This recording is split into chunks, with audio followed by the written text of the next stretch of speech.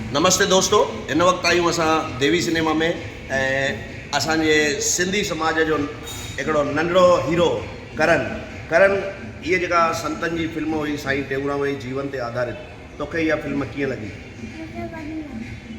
वणी आहे। फिल्म जे बारे में असांजा दर्शक जेके आहे तोखे ऐं मूंखे दुनिया ॾिसी रही आहे, उन्हनि खे तूं छा चवणु चाहींदे?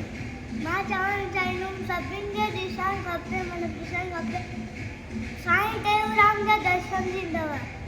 वाह रे वाह, संतनि जा दर्शन हिन फिल्म में जेको गोपाल भाई रागाणी सचपच हिन फिल्म में ॾेखारियो आहे त फिल्म जो माहौल अंदरि ईअं ई लॻंदो आहे त संतनि सां असां रूबरू वेठा आहियूं।